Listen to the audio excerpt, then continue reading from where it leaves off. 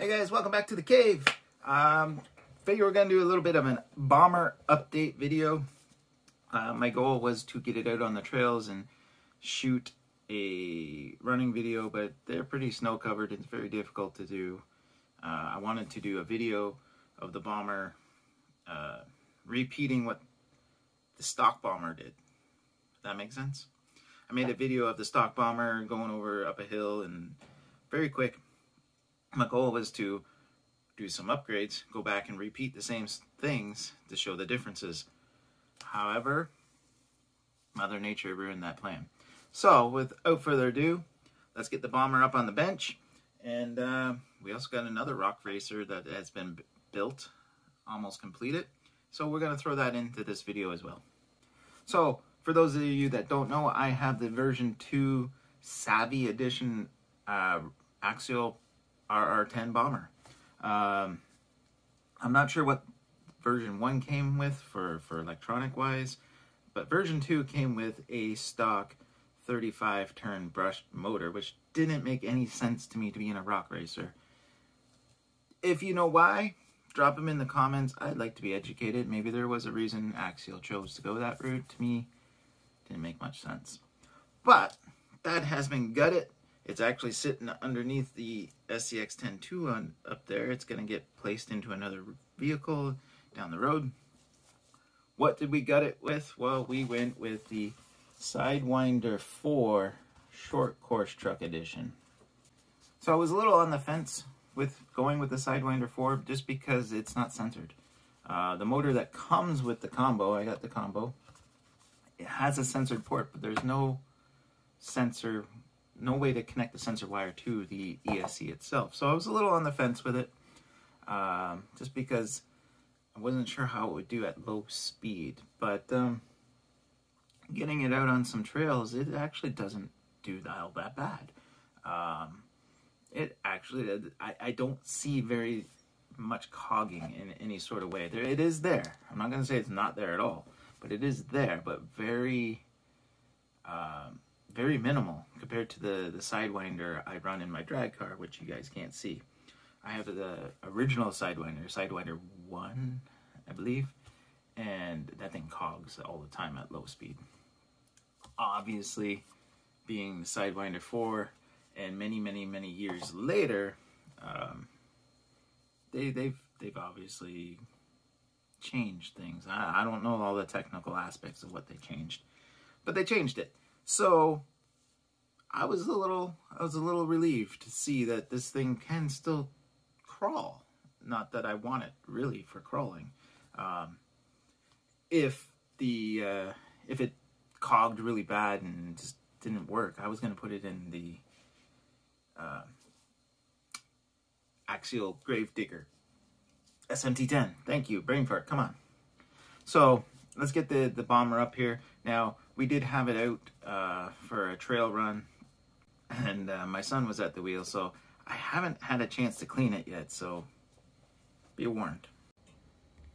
There she is in her muddy glory. It will get a bath before it goes back on the shelf until another day. But like I said, all I've done is the Sidewinder 4. The next mods are I think going to be the steering links and servo. The stock servo is like any RTR servo.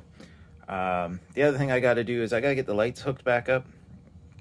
There's no power plugs on the Sidewinder 4, so I gotta come up with a way to get that going, because I would like to get the lights back up and going. But there she is, folks. So I think the steering links are gonna be what's next. If you guys have any recommendations, drop them in the comment below.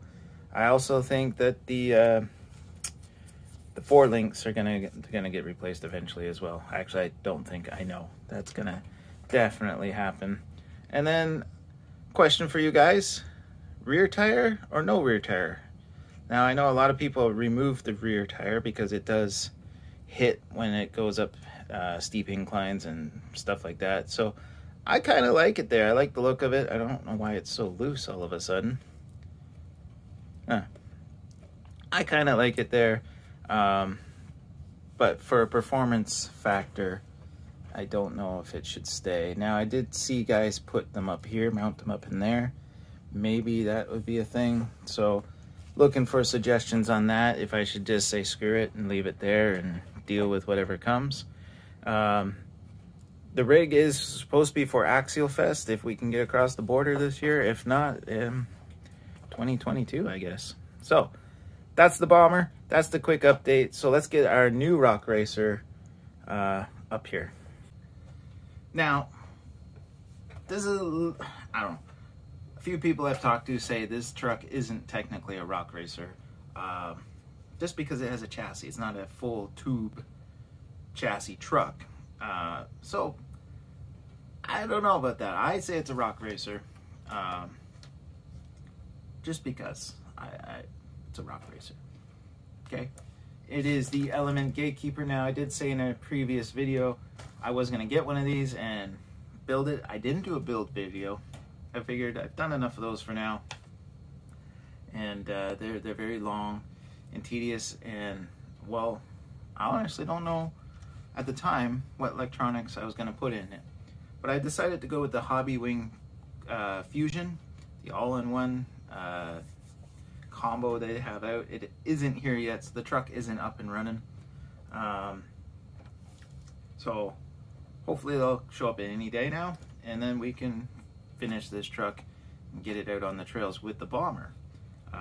It is quite smaller than the bomber. Well, not too bad. It is running 1.9s. You know what? I'm just gonna flip you guys around so you can take a peek at what I've done so far. All right, here it is. Don't mind the messy workbench. It's a typical workbench. So here it is. This is the Gatekeeper. I did go with the different set of heads. These are the skull heads that came with my bomber, actually. So they're Axial heads in an Element truck. I don't know if I'm breaking any rules or laws with that. But there it is. I figured they, instead of going with the typical white Stig helmets, I guess you call them, I went with something a little more evil looking. So the body panels aren't on this rig yet. I'm not sure what color they're gonna go yet. I have a few ideas. We'll see what turns out. We're gonna give these Duratrack Showdown tires a run. They're not your typical rock racing tire, but up here in Canada we have snow. And we're gonna try and rip it through some trails, so maybe some loose dirt. Who knows if they're gonna stay on there? We'll see. I've never personally ran these. My teammate Richard runs the other Duratrack tires. I'm blanking out on the name of them right now. Bah. But they look pretty aggressive, so yeah. We went with the Amazon Special Servo. I've been running these for some time now. It's not hooked up, as you can see, because I gotta adjust the endpoints when I get the radio, yada yada yada yada. I did paint the gas tank, I guess you call it. It's not a radio box, it's a gas tank. So I gave it a nice little red look. I'm gonna detail that out more. So yeah, there she is as it stands. I am contemplating going with the IFS kit at some point, but we're gonna leave it solid axle for now. So yeah, that's the Gatekeeper in a nutshell. That's where it stands at the moment. My plans for this truck is I'm hoping to go down to Pennsylvania for the Recon G6 and run the 12-hour enduro with this truck. My plan was to do that last year with that Element, the Enduro 10K. Unfortunately, that did not happen for obvious reasons. Again, we won't go there. So we're gonna run it with the Gatekeeper, I hope. Like I said, I'm thinking of going IFS, so I don't know if an IFS truck has ever run the 12-hour enduro. So maybe I'll be the first, maybe I won't. We'll see. Hopefully we can get down there. That's mission number one. Well, mission number one is get the truck finished. That won't be a problem. Mission number two is getting down there. That may be the problem.